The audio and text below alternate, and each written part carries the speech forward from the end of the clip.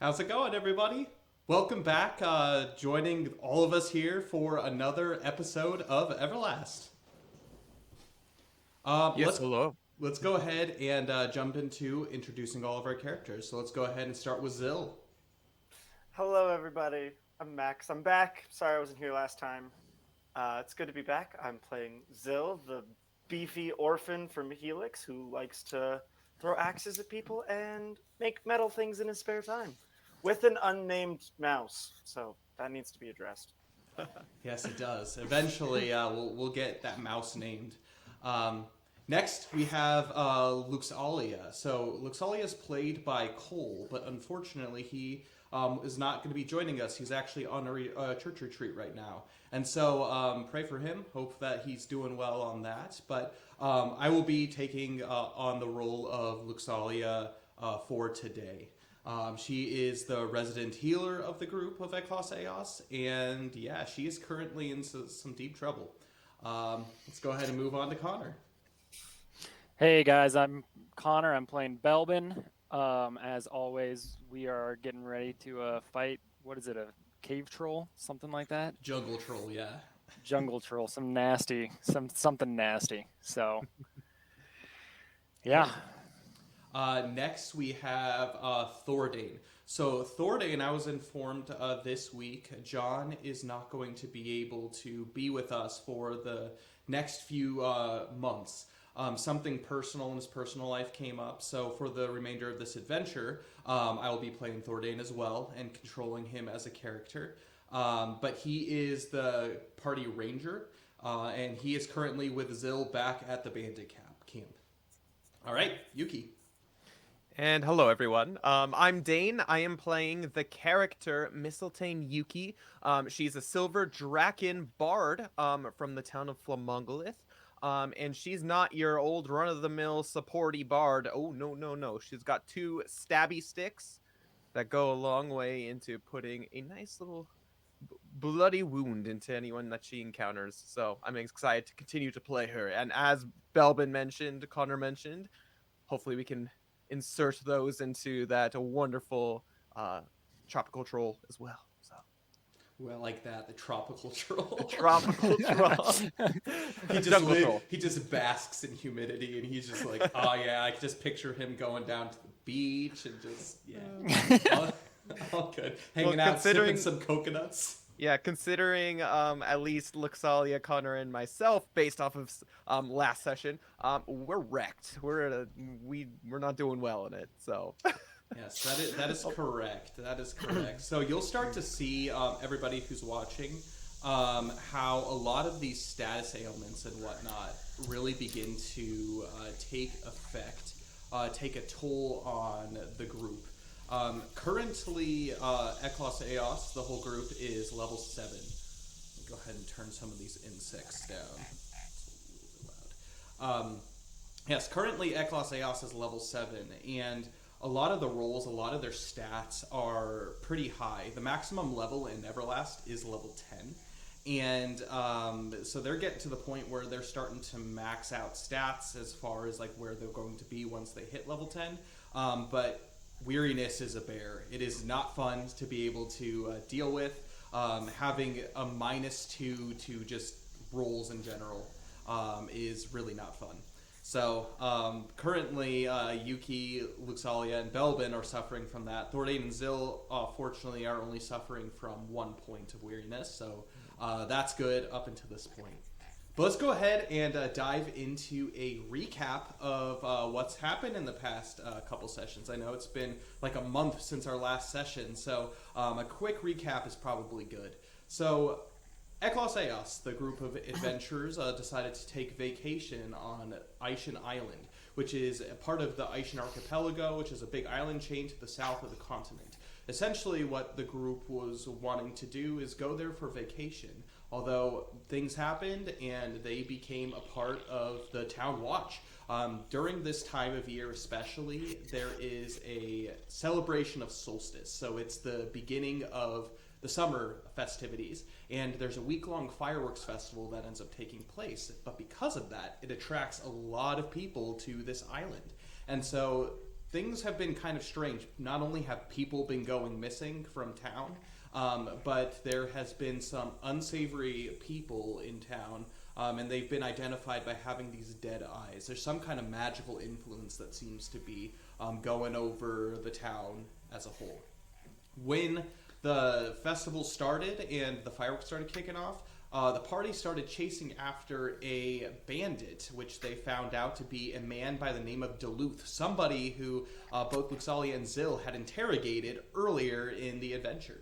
And they started chasing him into the jungle, to which he escaped. Obviously, he knew exactly where he was going and made his way swiftly through the jungle, which is where Eclaas Eeas started off with their very first official adventuring phase of the game, to which they took on different roles such as the Wayfinder, the Tracker, the Watchman, and the Hearthbinder to make their way through the adventure. One of the things in Everlast that I really want to emphasize is the idea of the adventure and the travel as a whole. I wanted that to really become part, like a big element in the game. And so as Eclaas Eeas traveled through this jungle, they fought off bugs, all kinds of looming weather conditions, trying to keep from not getting lost, and obviously the jungle has taken a toll on them, leading to them becoming weary. They eventually did stumble upon a bandit camp, to which they proceeded to let loose some of their power and lay waste to a bunch of bandits, keeping a few of them for interrogation means tying them up. With that being the case, Thordane and Zil, they stayed at the bandit camp to kind of just make sure that everything is tied down there. And then Luxalia, Belbin, and Yuki made their way into the jungle, going after Duluth, to which they were pointed in that direction by not only some tracks, but by the bandits themselves. And so making their way, again, fighting the jungle, as it were, they ended up starting camp for the night. And some really strange giant creature seemed to be out there, to which they eventually discovered was a jungle troll in its lair, to which Belbin and Yuki and Luxalia went in, not only started looting the troll horde that was in there, but they discovered a red bandana on the floor, and to that, a giant jungle troll noticed Luxalia and started making its way towards them. Oh my gosh. Are we gonna get right into it? We're gonna get right into it. Let's go! And so, Zil's gonna take a nap. before we do that, though, I want to go ahead and bring this up real quick. So, this game, Everlast, is copywritten by Fantasy Forge Studios and myself, Kyle LaFont. Everything that you see, whether it's the graphics, story, gameplay mechanics, pretty much all the intellectual property, music, so the music that you'll be hearing, such as the battle music, the beginning music, everything that we're presenting to you are copywritten by us. And so please don't take it. This is something that we want to share with you early, prior to the release, so you guys can get excited for it and you guys can know the world of Everlast before the official release of the game. You can use this for non-commercial stuff. If you want to make your own campaigns with this world, feel free. Have fun with that. But yeah, as we go ahead and dive into the battle that's going to take place. So I'm going to go ahead and transition the party over to our battle screen here. Have fun listening to these delicious sounding bugs. Partially glad I can't hear them. The nice thing about being inside of a jungle troll pit is the stank. So that's always fun. All right. Yeah, the nice thing. The nice thing. I don't know if... For those of you watching the stream, this is currently the island that they are on. It is Aishan Island. So let's go ahead and... So pretty. Let's go ahead and remove that. We're going to jump right into the combat encounter. So all of the terrain that we have here is by a company named Dwarven Forge. And so currently, as you can see, we have Belbin right here. Yuki is hidden. These two are hidden, and Luxalia is currently being pursued. And let's go ahead and begin the battle music. Oh. So I'm going Alright. to have each of you roll for initiative. Okay. Alrighty. Oh my gosh! -2 though, because we're weary. Yeah. Oh, Oh no. That would have been a natural 16 -2 +3 though, so that's not bad. Okay. So that would that be 17? All right, 17. Yuki's starting off strong. Belbin, I'm 13. 13. And Luxalia got a natural 1. Nice. Oh, no. Which is Oh, quite, she's getting wrecked. yeah, which is Oh, quite no. fitting with all of that. But with that being the case, this jungle troll is making its way over, lumbering, carrying this huge axe made of it. The shaft itself is actually made of what looks like bone, like a bunch of bones that have been tied together with a huge, basically stone cleaved, like head. And making its way over to Luxalia. Luxalia turns around as it begins, like, kind of slumps up against the wall as, like, this thing is just, like, charging full speed. But we're going to go ahead and start with Yuki. Yuki under her breath, noticing the troll just going right for Luxalia. I'm like, that gosh darn Glyvin. She's going to transition right away into her Dance of the Sakura for her support action. Okay. So she'll be doing that, burning 5 mana. Ooh, a lot of mana. So that's the support action. And as the troll comes into vision, where she can see I'm him. sorry, before we do that, keep all of this in mind. We're all going to roll Enmity to begin with. Again, another new thing that basically we have. Enmity, all you have to do is, because both of you are DPS, it's just roll a d16 plus your influence modifier minus your charm, and then Luxalia gets an additional minus to hers. Okay. Well, I guess that's something. Okay. Okay. I got a 5 on Okay. I got a 13. my. Belbin. All right, Belbin. So currently you're at 1. It doesn't matter right now until attacks start flying. But pretty much as soon as Belbin begins making attacks, this thing is probably going to start turning its attention on him. So you have 1 point of enmity currently right now. And I'm going to take advantage of that. Yes. Yeah. Now proceed, Yuki. Yes. All right. So with the dance of the with the dance of the Sakura, basically, my enmity also gets a -1 drop, which is kind of nice on that. So mark that as a 4, I guess, as opposed to a 5. But yeah. Anyways, she's gonna go in with her Damascus sword as the jungle troll comes parallel to her, and she's gonna attempt to stab him. I don't know how tall it is, but right in like the calf area, and just rip it out and follow with her secondary sword through there. All right, go ahead and make an attack. Trying to stumble it on its way to Luxalia. All right. So the first one, oh gosh, it's been so long. Is a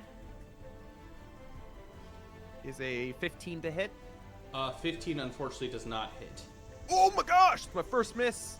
Yikes. My second one is really good. That's a 21 to hit for my second. Definitely hits. Okay, so that is my iron broadsword that hits, so that's 1d10 cutting. So 14 plus 1d8 wind plus 2. So 2 wind, 14 slashing. Oh wait, I don't get that attack, do I? Because with dual wielding, if I miss with my first attack, That is correct. oh my gosh, trying to remember all these mechanics. All right, well then I'm going to be taking my second action since I missed with the first one. Okay. So that's 13 plus 7. What is that? 21? 21 for the Yeah, that hits. for the first attack. Okay. So that one is 10 plus 8. So that would be 18 cutting. Okay. 8 wind for that one. And then I'm going to be coming in with my second hit, which is a 16 to hit. 16 just hits. Okay. Oh, he's so thick. Why is he so thick? He has got very tough skin, and he's kind of like wearing this cloth, like almost like animal hide. You think it's animal hide. Yeah. That is 8 cutting and then 8 cutting and 6 wind. Or earth, I guess. Okay. And I'm gonna slide just behind him out of his peripheral vision if I can. If I can't get there. Like cutting the calf as I go through. Yeah, so Yuki, so you're going to be making your way, as you begin to cut, you kind of make your slide back, kind of behind him. Are you backing off here this far? Yeah. So I'm gonna take just behind the pillar. Not behind the pillar, but like just out of reach kind of thing. Like out of his vision. Like if he was to turn around, he would have to physically turn around in order to see. Yeah, definitely. He definitely has noticed you at this point, though, so Good. he's like... Okay. Just And trying so- to draw his attention away from Luxalia, basically. Yeah, you've definitely Making him succeeded turn away. To that degree. But next, we're going to go ahead and jump to Belvin. But as you cut the calves and everything, as you slide by, he kind of down to one knee, and you hear like as his one knee crashes, like you can hear kind of just like the sheer weight of this thing just begins to kind of shake. Some of the stones fall off from the ceiling and everything, and you notice that he is pissed and he is bleeding heavy. Belvin. Okay. I think I'm going to use my support action first. I'm going to do Cleanse for 3 mana to try to get rid of one stack of weariness. Okay. So it's a DC 10 roll. And I rolled exactly 10. That, Pass or Yep, that's a pass. Okay, cool. So what because now I only have 1 stack of weariness, So now it's entail? doesn't. So now it's not survival checks. So it's still like attack rolls, but Are like minus skill skill? checks. Basically, it's skill checks at this point. Okay. So yeah, then next, would I be able to like come up behind him to try to hit him? Yeah. He's kind of starting to turn around, but if you make your way on like kind of this side of him, his head is turning around to see like what just like pretty much bit him. Okay. Is there anything for getting like a surprise attack? Any advantage to that or no? I'm gonna have you make a stealth roll as you approach. Alrighty. Stealth roll, and it's dark in here, right? Technically, you were hidden. This guy is used to the dark, so it's not gonna add any additional. I mean, it'll add benefits to you because of the nature of your character, but Yeah. yes, it is dark. It is very dark in here. Okay. I rolled a 12. A 12? Yep, you're able to get up there, so it basically negates the struggle rate. So you can roll your attack at normal. Okay. Nice. Cool, and then yeah, I'll try to hit him with my blackened hand webs. Okay. So first attack, ooh, that's gonna be good. 20 to hit. Oh, that hits. Okay. Should I just roll all my attacks first and we can do damage after, or should we just do damage? Do as we go? damage. Do damage. Okay. So then 2d4. So impact is 16 damage, Okay. and then darkness is 3 damage. Yeah, Belbin, you jump and you pretty much punch this thing. He's kind of on his knee, and you punch it as like close to the top of like the back muscles as you can. It does surprise him, and actually, as you hit, you notice that your darkness energy seeps into him. Doesn't seem to take a whole lot of effect, although you do hear a audible break as something in his arm just goes, and he just like turns around. He is now fully got your attention. Well, you can attempt to hide. You still have movement. Yeah. I'm gonna attack him again. I got 2. Well, technically I have 3 attacks because it's the first attack in combat. So I'm gonna try to hit him 2 more times. All right, this one's gonna be with struggle though. Okay. That'll be an 18 to hit. 18 will hit. Ooh, yeah. So that'll be doing 14 points of impact damage. And then 1 of darkness. Right. Yep. Alright, then I'll try to hit him. You hit him again, and you basically, as he turns around to get your attention, you uppercut him right in the jaw, and you see that his teeth have begun to break into his face as you uppercut. And he's slumped. Okay. Alright, this guy's going down. 10 to hit the last one. 10 is not going to hit. Shucks. Okay. Yeah. And I'll try to back away a little bit, but not like I'm still definitely keeping an eye on him, seeing if he's gonna try to make any moves at me. But, Question is, yeah. do you want to back away in this direction or back away towards the entrance? I'm fine with my back up against the wall. Like where I am now, I think is good. Next is going to be this jungle troll. Yeah, he's got his eyes completely on you. He picks up limply with one hand, but very strongly with the other, and he begins charging Belvin. I'm going to have you first, Belvin, make a dexterity survival check for me. It is not at struggle because you are dark awareness, so... Let me find dexterity. 15. 15. Yeah, it's a new day. I'm rolling well. You're able to somewhat dodge out of the way as he makes his way over to the wall. You avoided him slamming you into the wall, essentially, with his axe. But he's going to go ahead and make 2 attacks on you. So his first attack, he's going to take his axe and whack it down at you. That is going to be a 15. Yeah, that'll hit. So he's going to take...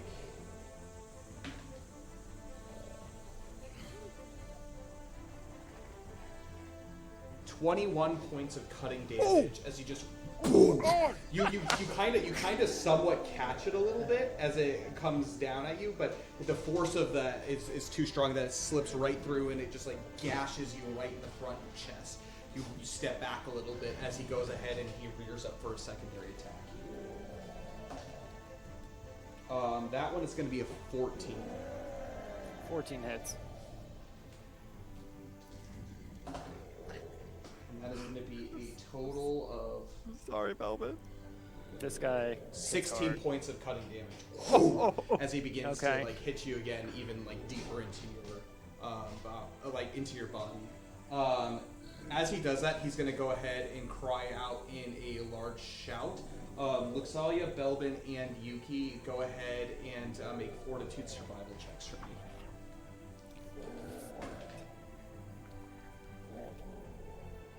Luxalia got a natural 16. It's a 14 for Yuki. Okay. That is a 15 for me. All right. Yeah, you all pass. He is screeching. You guys are kind of just like in heightened panic mode almost, but it's not. He's not freaking you out so much, especially considering the amount of damage that you've done thus far. Yuki's just wondering if he was a professional baseball player before he decided to retire to the jungle. She was impressed by those hits. Quite impressed. Pretty fun. What's your guys' HP at real quick? Belvin? 60. I'm at 52. Okay, and what are you at, Yuki? 60.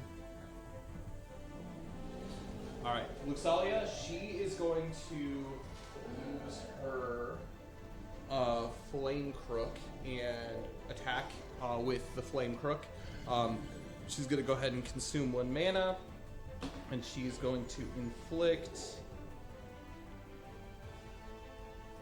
9 points of flame damage, and as she does, it catches fire. There's hair that runs up his back. It's almost like fur, like hide, and it begins to scorch as it runs up his back, and it starts to like almost cauterize the wounds on his back, and he shrieks, and he falls down, and he looks like right into Belvin's face. And he lets out this like nasty breath into your face, Belvin. And I'm gonna actually have you make a Fortitude survival check as he does so. That is going to be another 15. You're like, Oh, -2. -2, 13. okay. You, No, I don't have the -2 on skill checks. Never mind, it's 15. yeah, it's you cough a little bit, but you're like, ugh, and he goes and he's just like, this guy is on death's door seemingly. But Luxalia is also going to attempt to heal. Let's see. She's gonna try to. You guys aren't close enough to each other. It's okay. She's Go gonna get Belbin. Yeah, I'm she's doing gonna okay, attempt- Luxalia. Thanks, guys. And she goes ahead and attempts to heal you. So you get healed for 12 points of healing. Oh, very good. She's also going to use another mana mending on Yuki, and thank is you. going to heal 6 points. Sorry, really low rolls for her. That's what she's going to do. Okay. Well, It's okay. Thank you, thank you, Luxalia. it's kind of It her very fault that helpful. we're in this mess. Yeah, true. So, We're at the top of the round. Let's go ahead and roll for enmity. So Alright. again, it's all of those things plus 1. Plus the attacks and stuff, Yeah, right? plus 1 for every different creature attack. So you guys attacked one creature, so plus 1 for him. And then plus 1 for every 10 points of damage that you inflicted. So again, it's good to keep track of all that. Mine was 10 total. Okay. That's going to be a plus 1, I think. mine was 17. That's pretty intense. Let me my enmity chart real quick. All right, so plus 1 for Yuki, plus 2 for Belbin. So Belbin's currently at 3 points of enmity, and Luxalia ended up getting a 3. So yeah, none for her. All right, Yuki, it is the top of your turn. He is slouched very low, not looking good. He's in very rough shape. Is there anywhere in particular do I notice, like where he's really not doing well? Like, is it just everywhere? Is he It's just everywhere. He's got burn marks on his back. His legs are all cut up. He's got a slumping arm, and then his jaw is nearly broken. He's not doing good. all right? Is he two-handing the big old club that he has? Yeah, he's dual wielding that axe. Or Well, I'm gonna two-handing attempt to help Belbin out a little bit. Potentially, that's going through her mind after seeing that wonderful Major League slug he left on Belbin. And Yuki, with her first Damascus sword attack, is gonna attempt to try to chop off one of his arms. Okay.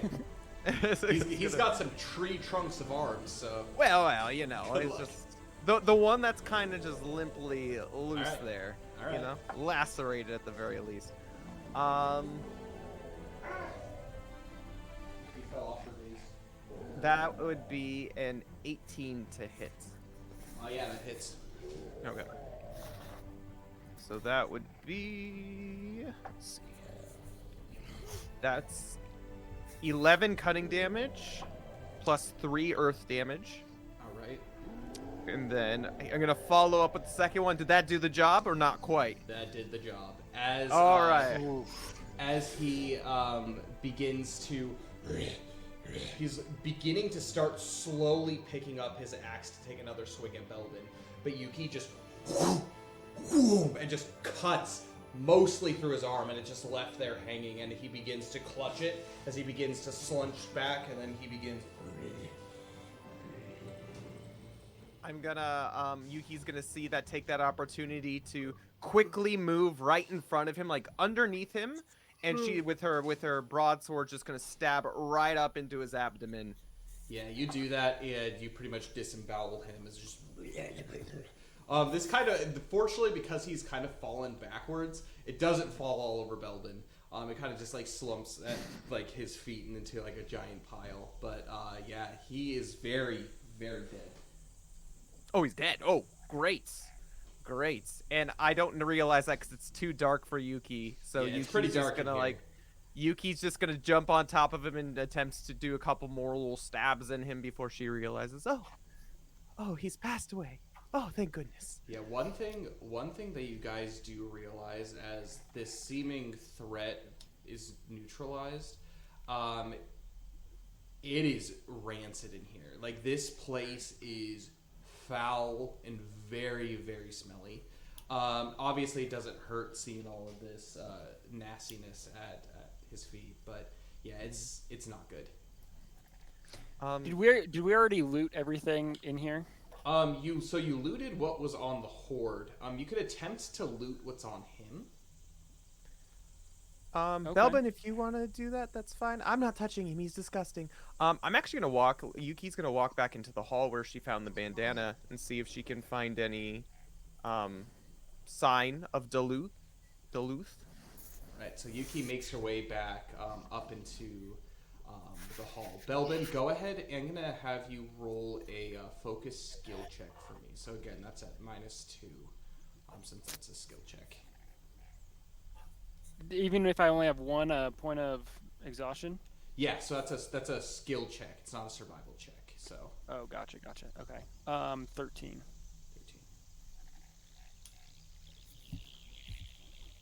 All right. So you go through his person, and what you're able to find is some bone dust and a creature claw. Additionally, because you rolled so high, You get his baseball bat. you get his giant axe. No. I want it. You additionally find You're not there, Bill. you additionally find on him a large sack, and inside of it is an assortment of things: rocks, just things like it looks like human teeth, animal teeth, like claws, that kind of stuff. But what you're able to pick out of that is around 100 EC. Ooh. Okay. You, Mr. Moneybags. No. Some money. Can I also take his arm as like a trophy? Yes, it is quite heavy. That's going to be about an additional 30 pounds carrying. Could I like chop it in half and keep like the hand and maybe the forearm and leave like the bicep? You can most certainly try to do that. Okay. You take some time, you chop his forearm off, and it's going to be 12 pounds. Belbin. Okay. I'll add that to my inventory. 12 pounds troll hand. Belbin. Gotta show everyone back at camp what we found, guys. Disgusting. Do I find anything as far as Duluth goes? What about Luxali? What's she doing? Is she just there? She's there. She's not currently playing with us, so she's just gonna tag along. Okay. She's gonna do what you guys doing and give you guys thumbs up. Yes, so you do find the bandana is laying on the ground. Yuki, I'm gonna have you make a wisdom skill check for me. At shovel. Yeah. I don't think my wisdom's good. Oh, that's actually not bad. And it's on the roll, I'm sorry, right? The Correct. struggle? Okay. 16. 16. You pick it up and you investigate a little bit. As you're investigating, obviously there's not a whole lot out of the ordinary. You do hear the sound of something rustling up the opposite path that you have not yet taken. I see. I hear it, and I whisper quickly back into the passageway while Belbin's attempting to massacre the arm, and I say, I don't think we're done. I think there's still some more. I don't know exactly what it is, but up ahead, I think we still have something ahead of us. So maybe still continue to be quiet. Don't just be incredibly loud. And That's what I'm good at, being quiet. yeah, and I wait I'm for good at them stealthy. to be done with what they are, and then hopefully we head towards the sound of the rustle. I pointed out. Belbin, do you want to take the lead, or do you want me to take the lead? I'm not very stealthy, but I could attempt to do so. I can take the lead. Hold on one second. Before we get back into combat, can I use another cleanse so I'm at 0 exhaustion? Yeah, you can attempt to do that. Alrighty. Let's see. I rolled a 12. 12. Yep. 0 points of weariness for Belvin. Man, I am feeling good. Yeah, it That seems was like you nice. needed that. It's been a while. That or 24 hours of sleep. Okay, yeah, I can take the lead. Yeah, I can take the lead. Essentially, Belbin, as like you're chopping this arm off, one of the things that you do is you realize, man, it has been a long time since I've been in a combat encounter, and you are just like relishing in the moment. You take your trophy, and it's just like, man. Mistaking these little trophies. Life is good, guys. And immediately you just begin to heal. Yeah, but you go ahead and you take the lead, and everyone's going to follow. As you're doing so, I'm going to have all of you make a Fortitude survival check. The direction that you're going, this is where the foul smell is coming from, essentially, is from up this hallway. That's a 2, but with a -2, that would be a 0. So Fortitude. plus 5. So I 5. rolled a 17. It's a critical fail. Yeah, and it looks like it critically failed, too. Nice. You guys suck. Come on, I'm rolling well I'm today. not used to such a disgusting place, Belbin. Yeah, This is where I This is grew not the up. place meant for ladies. It's That pretty is nasty. such an insult to Belbin. Luxalia and Yuki, you guys take Ugh. 8 points of darkness damage. No. Ooh. I'm As you make feeling your the way. darkness deep inside. I was born in it. My mouth cries with Belvin, eyes. Belvin, I'm gonna have you make a stealth skill check for me as you make your way up this long hall. Stealth. 11. 11. All right. You're able to go relatively smoothly, leading everybody through what seems a mostly clear passageway. This passageway is about 10 feet wide, pretty much just enough for this troll to be able to make his way through.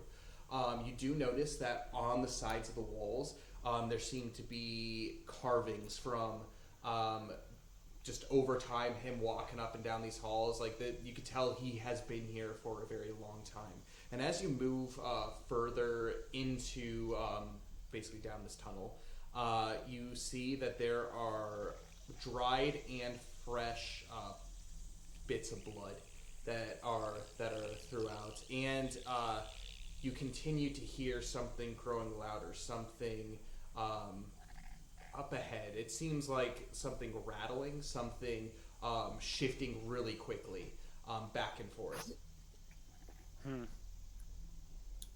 We find Duluth in a cage or something like that. That'd be great. Already captured for the group. What do you hear, Belbin? Is there anything up there? I can't see. I took darkness damage. I'll tell him everything that you just told me about, like the clinging and Okay. stuff like that. I believe in you, camera focus.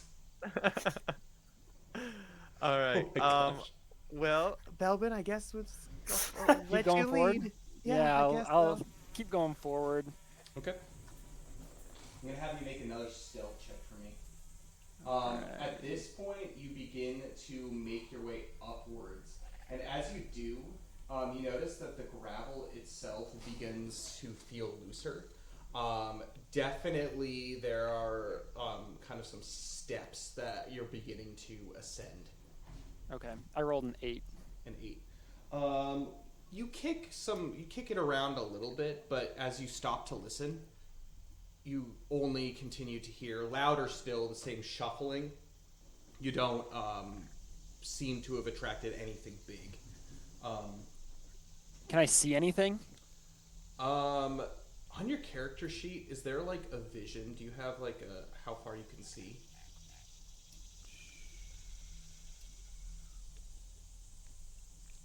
It's pretty Where would dark. that It's be? really dark in here. I don't think I there's don't- anything 'cause like that. There's nothing that's like, there's not really dark vision in this game Okay. for your class specifically. You can see about 15 to 20 feet ahead of you, I'll say. Without any lights, it's an okay amount, but you're not able to see a whole lot. You've gotten used to the darkness to some degree, but yeah, you're looking, and as you continue to move forward, you open up into a broader cavern. You can tell that this is definitely been carved out like over time. Like there's clear like hues in the rock, as there's like these big like axe chunks that have been carved out into about a room that stands about 50 to 60 feet wide to about like 120 feet deep. Oh wow! It is a very big cavern, and it freaking reeks in here. It is nasty, and you notice that there is actually standing water that you are starting to continue to splash through, and you can tell that a lot of the smell is coming from that.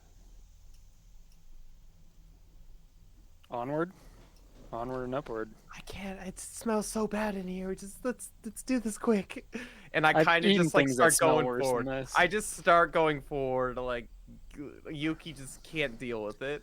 She's done for. Yeah, as you make your way forward, everyone still can't really see a whole lot. This is a pretty big room. Unless you want to attempt to investigate further or just continue walking blindly into this room. It's up to you. I'm debating. Luxolly, do you have light at all that you can shed on this situation? I think there's like torches, if you have torches or anything. I mean, I do have a torch, and I reach into my backpack and pull out the torch that I was using to go through the forest, the jungle. Right. And she takes her staff and she lights it on fire with a charge of her staff, basically her crook. Okay. All right. I hold it in front. It begins to light the room, and you can see immediately all around you. You have discovered that you are in a troll larder. Essentially, what that means for those who don't know what a larder is it is basically like a meat locker, essentially. There are pieces of, you don't know what they are, like arms, legs, things like all over the place. And it is, you can tell like some of it, like bits have been like eaten off of. You can see that there's definitely some that are like rotting, clearly rotting. But you can tell that this troll has not had any issues filling his belly. Quite a bit. You continue to investigate further, however, and more in the direction towards the like moving and the shuffling, and you see a big, what almost looks like animal skin on the floor, and there seems to be something underneath that animal skin. Okay. Well, I see an animal skin. Look, Belbin. What's that? And I show him. I point with the torch. And I'll say, Go get him, boy. how about I take off the like animal skin, and then you like have your swords ready to slice him or something like that. That's a good idea. I hand the torch over to Luxolly, and I'm ready and rearing to go for what I need to do. Okay. Do we need to make a roll or anything like that? How are you attempting to do this? Like stealthily or like? Nope. I'm pretty sure we've alerted whatever we have. Oh, I was gonna try to do it like creep up around and then like quickly like. Go ahead, Belbin. Flip it off. I'm waiting. And have him I'm ready. Make a stealth check for me, Belbin. Oh, this is a good stealth check. 15. Yeah, especially with the light that's cast, you have no issues finding good footing and making your way around like the random meat that's strewn all over the ground. You're able to kind of grab the animal skin and you rush it back, and you see laying beneath it there are 3 distinct bodies. They have what look to be some kind of sacks tied around their upper halves. And one of them is missing a leg. The other one is missing both its arms, and the third one is missing an array of fingers. Oh, And they're are tied, they alive? They're tied like this. Are they alive though? You have Can no we, idea. Are they're tied up, you said? Well, they were They're wriggling. tied up. So, So I'm assuming. basically, there is a sack that goes down about halfway around them, and then it's tied. Okay. So their arms are tied to their side. Looks all like cut their heads, cut the whole, and cut their heads off. No. No, I'm kidding. Cut the bag around their heads, so that we can see if they're alive or not. Okay, and I'll do that. And I'll like disgusted by what I'm seeing, just with my broadsword, just attempt to free them a little bit and So try the first prodding one, them a little bit. The first one the one without the leg, you begin to cut around. Are you cutting the bag, or are you cutting the ropes? The ropes holding them. Okay. You want to do that? Do the bag. Do the bag. We gotta keep them tied up. Okay, the bag. Okay. I'm sorry, this is a confusing situation. So you begin to cut the bag, and what you notice is it is just an overwhelming stench coming from just this area in general. And I'm gonna have all three of you make a Fortitude fates check for me. Oh gosh. 18. 18. Does that use the survival check modifier? Fate check is a skill. What do you mean? Survival check? Yeah. So is Oh that yeah, a modifier? because it's Fortitude. Yeah. Yeah. Okay. So that would be. Xalia got a 13. That would be an 18 for Yuki. Yeah, you've at this point gotten used to the smell, and the larder that's all around you. You kind of are just doing your best trying. I got horse blinders on. Yeah, very much focusing. All of you very much focusing on these individuals.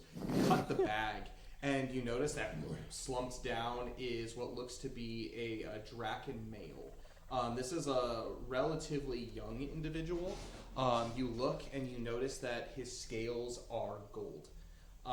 Yuki, is he cute? He is. He's missing a leg, Melvin. His eyes are rolled back into his head, and actually, one thing that you notice is his tail is also chopped off. Oh, poor guy. Oh, that's a big embarrassing. deal to dragons, to male That's dragons. Their embarrassing. tail's the pride to them.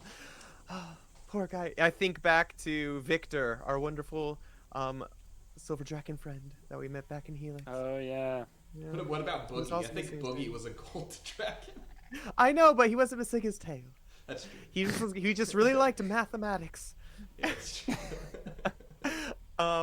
Well, I see him. Is he moving? I kind of nudge him. Nudge him a You little nudge him. He is dead. He has No! very easily bled out from. Oh this. my gosh. What about his friends? So you move over to the second one, and this is the one that is missing both of their arms from the wrist down. How do you wish to proceed to cut this person? The bag as well. All right. Yeah. So you cut the bag, and you open it to reveal that it is a younger woman. She is human, definitely tanner. She seems to be either an island local or has been here for a while. Is she cute? She is dead, very dead. No! Are all the people in the bags dead? I Yikes. assume so. And then I cut the last one. Are the So you- people laying on the ground with out the arms and stuff also dead, or are they the same people? Those are the same people. Oh, okay.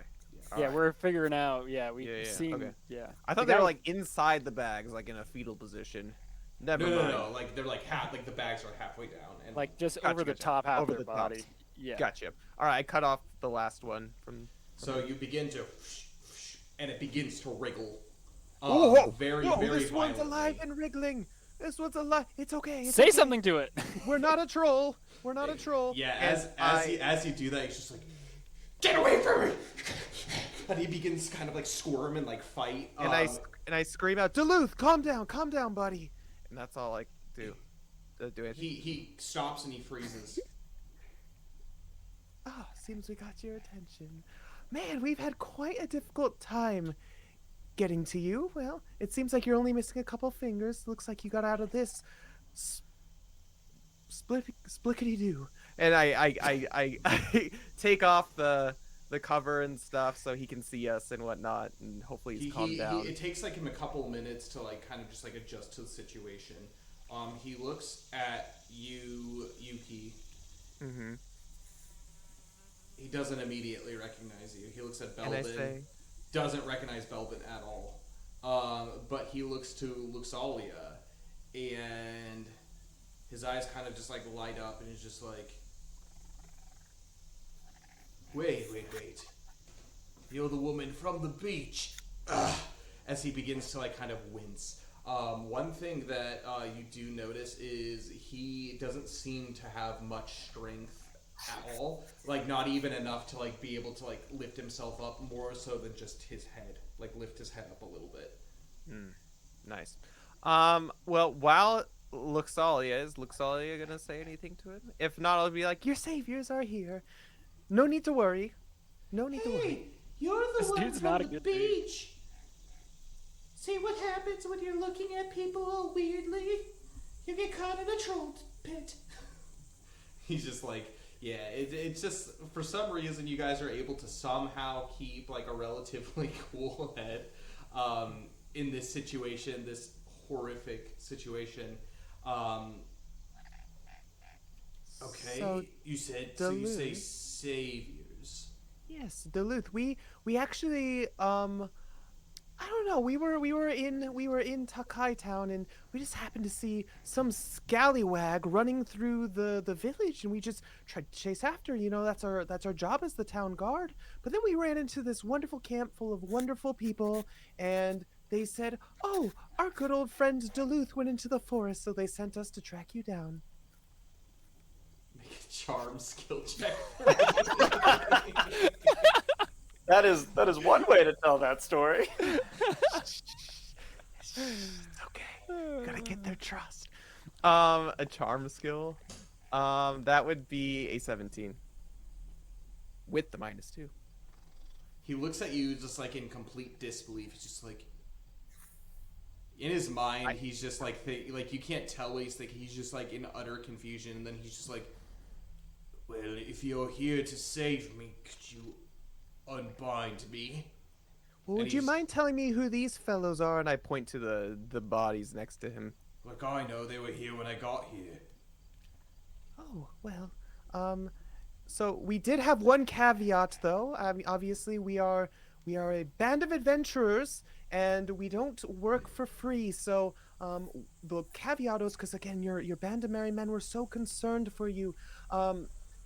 We had one caveat. He kind of just like scoffs at just like merry men. He's just like, Oh, they were quite merry. "Are you We even sure- are shared you some sure chicken I'm together. Actually alive still. Yeah. This We is shared some not. chicken together. It was nice.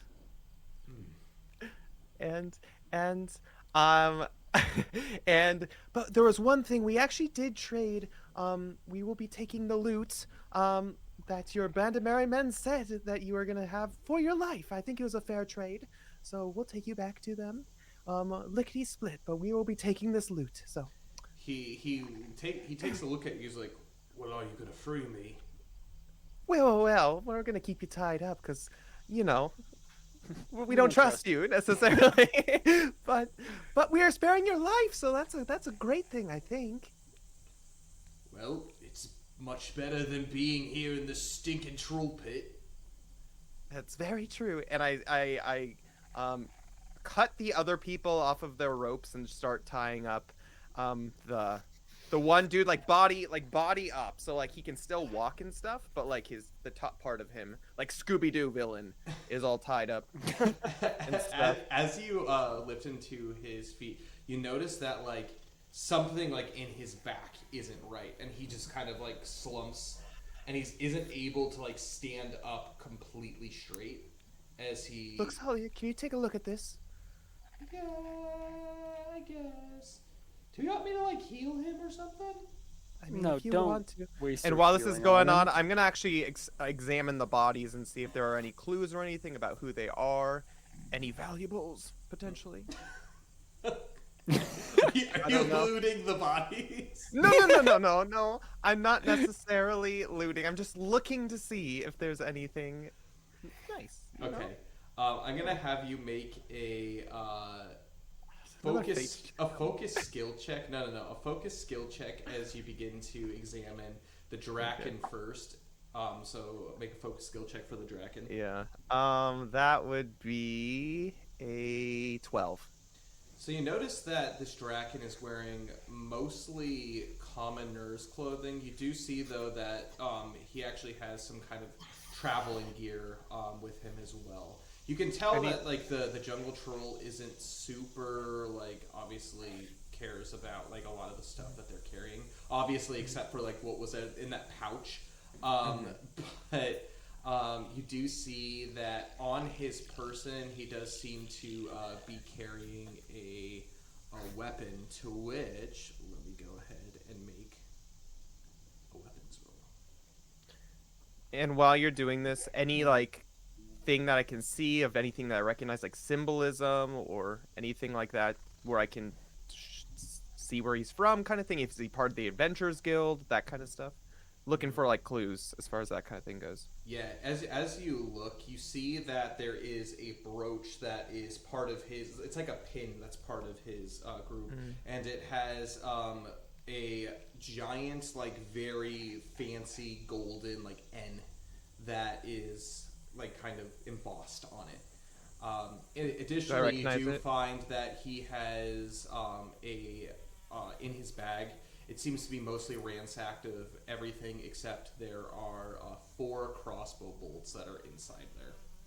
Okay. Well, I will take those. Go ahead and make a faith check for me. Okay. Faith, you said? Okay. Okay. That would be a 10. A 10?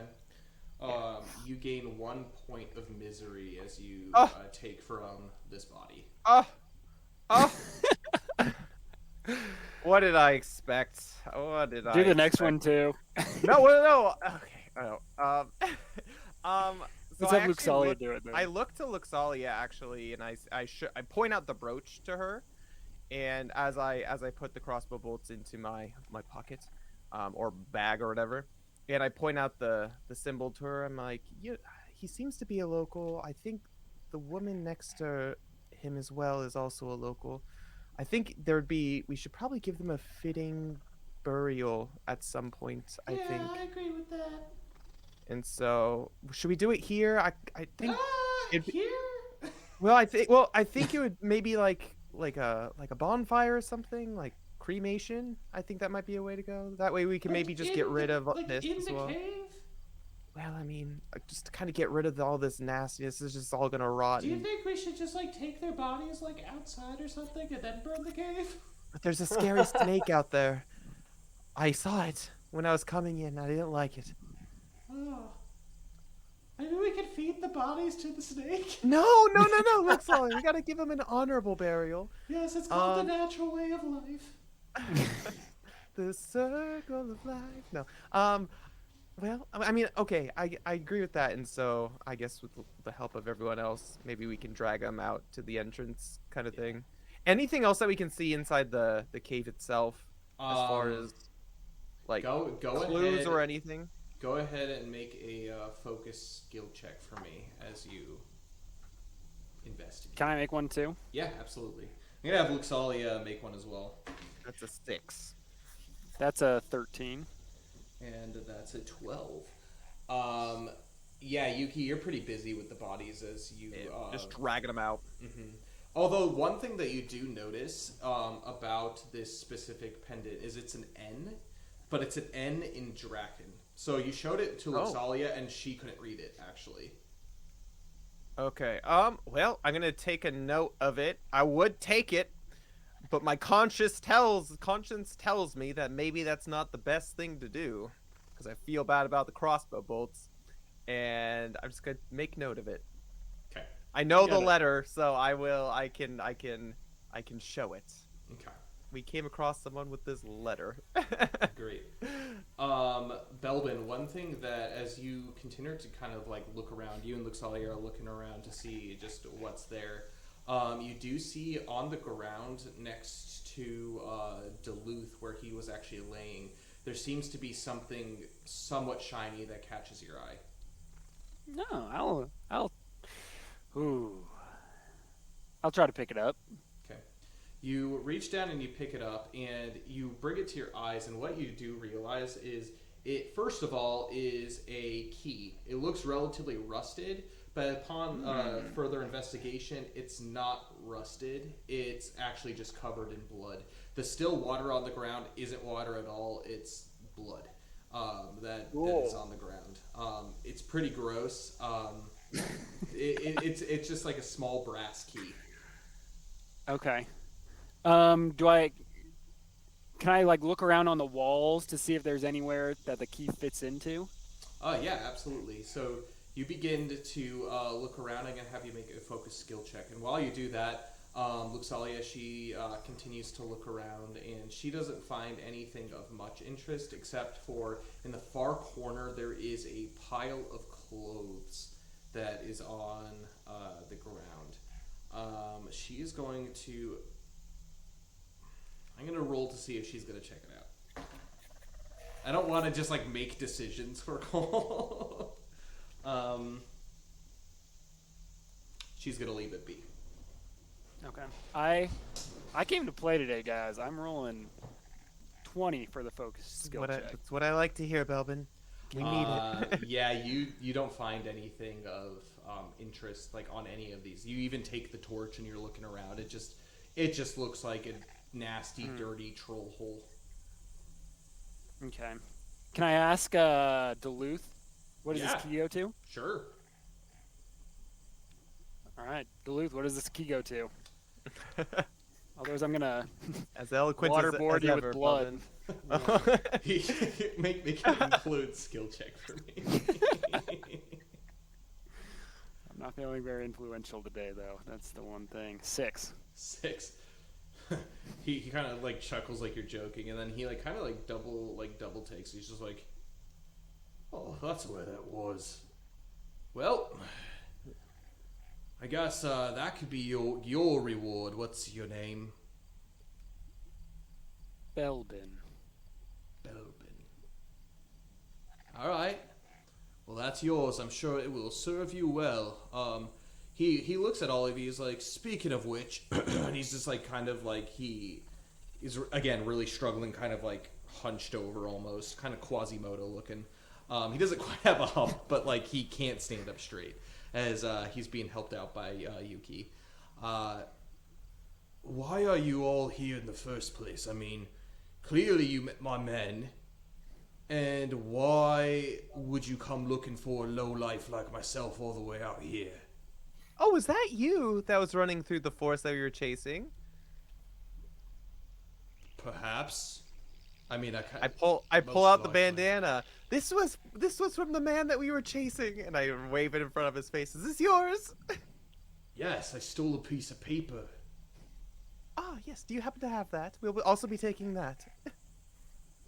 By the way, have we taken away his weapons? Does he have weapons on him? Do we know if he has weapons on him? He does not have weapons on him. Okay. Yeah, he has been not obviously stripped, but like most of like the stuff you could tell like he probably used weapons to try to fight off the troll, and he just doesn't have his weapons. He actually begins to tell you kind of like his story a little bit. He was making his way through. Speaking of that piece of paper, it was a map. This is actually a X marks the spot pirate booty. Ooh, my favorite kind of booty. Aren't we all? Not mine. Besides, never mind. Never mind. What He begins to kind of tell you guys his story. He actually used to be a pirate that used to sail the waters. Ended up finding a home here on Aishin Island, particularly in Takai Town, and he does things, and he actually through the years has formed his own bandit gang. and they commit like petty crimes, but pretty much primarily live off of what's in the jungle and all around. But coming across this treasure map, he was able to spot it one day. This woman was kind of showing it a little bit, and it brought him back to his old pirating days. And so he decided, while everything was busy, while fireworks were going off, he was going to go ahead and take that. And then he continues on. So as you can see, this piece of paper probably won't serve you any good. I don't even know if there's any stinking treasure in this stupid stinking pit anyways. Well, Obviously, clearly. we're just gonna return it back to the owner is all. So we weren't gonna go after the treasure anyhow. However, it doesn't seem like you're having the best quality of life out here. You know, I feel like you could settle down and have actual good work, good moral work, as opposed to just this. You seem like a Moral work is difficult to come by, unfortunately, in Takai Town, unless you have skills that they're specifically looking for. You're not so much welcome past a certain amount of vacation time, so to say. That being said, we actually did take up higher employment, and he points back to that key that Belbin has.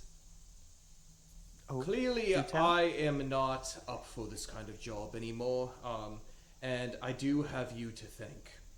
He kind of like, you can tell he's genuinely grateful for you guys being there and saving him.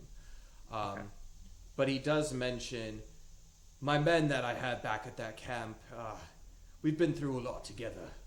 And unfortunately, there's not a whole lot as we begin to gain more and more, hopefully pick some ex-convicts off the street. We were actually approached by another employer, and this employer promised more than just riches.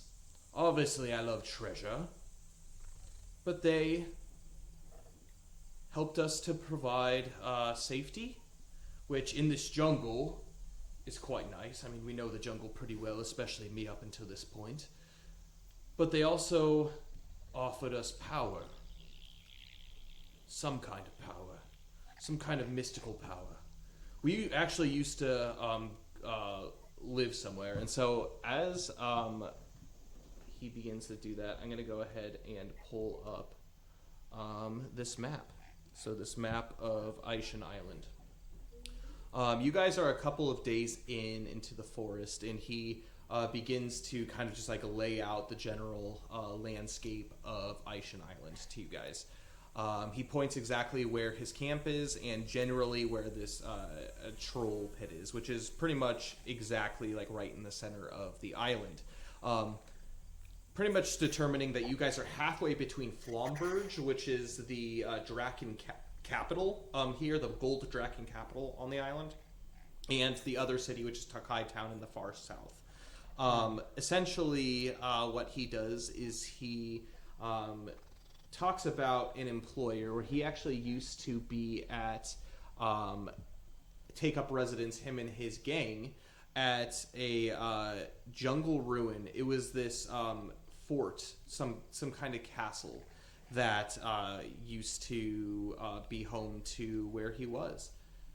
In exchange for our help, we offered him our place of residence to where I found this a few years back, this cave down in this campsite, relatively well guarded, lots of trees and everything, very easily defensible. So I moved some of my guys there, but we've been taking turns having rotations. And I'm not gonna lie, some of my men seem quite spooked coming back from their rotation at the tower. They're seemingly unable to be able to tell me quite what's going on, but I was told I needed to stay back and keep my men in check. And in return for power, which I still haven't to this day seen, we were supposed to go... Oh boy. We were supposed to go and find... how do I explain? People.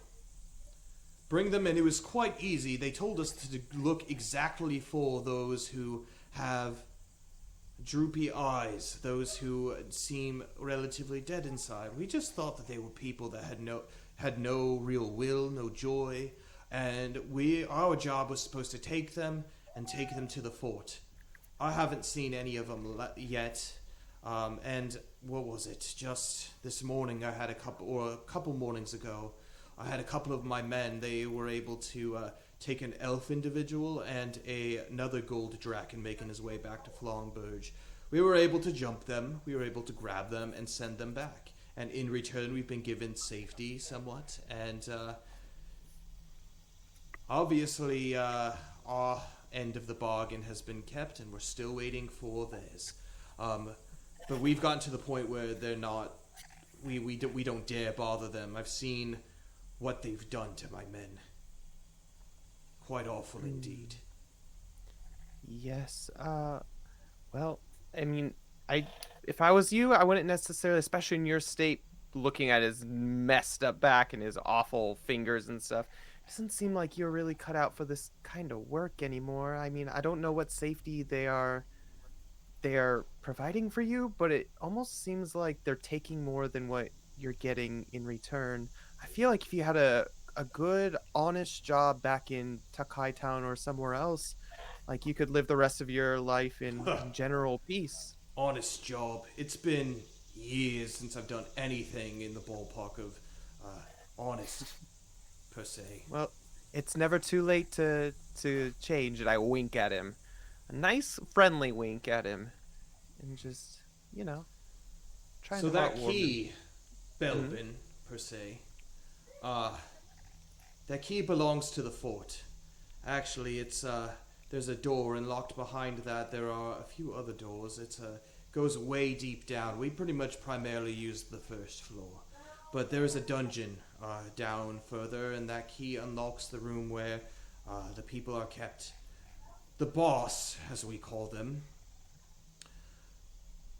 has gifted each and every one of us separate keys, separate totems, per se, to be able to keep the safety there. There's strange work afoot, something beyond just our typical everyday, even beyond faith, I would have to say. Some kind of witchcraft, some kind of sorcery.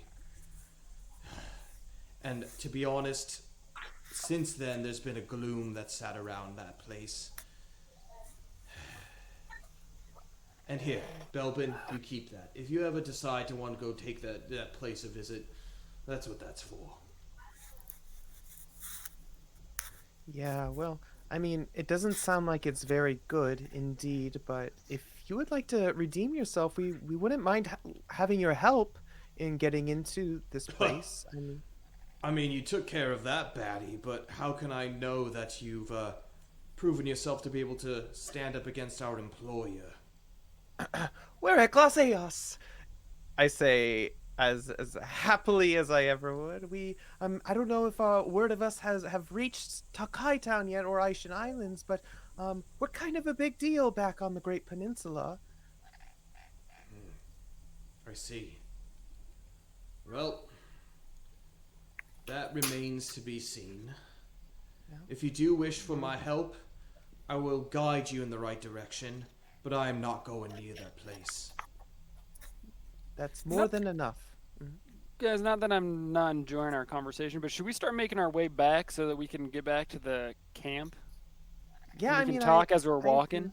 Yeah, and while this is all going on, That's just a good idea. like for brevity. Get Zill Sorry, in here. Zill. Yeah, I agree. Just for brevity and stuff, Luxali and I will prepare the bodies. And outside make a nice little place for them, set fire to them to cremate the bodies and whatnot, and make sure to give them a proper burial. I'm gonna have you, Yuki, and Luxalia make a faith check for me.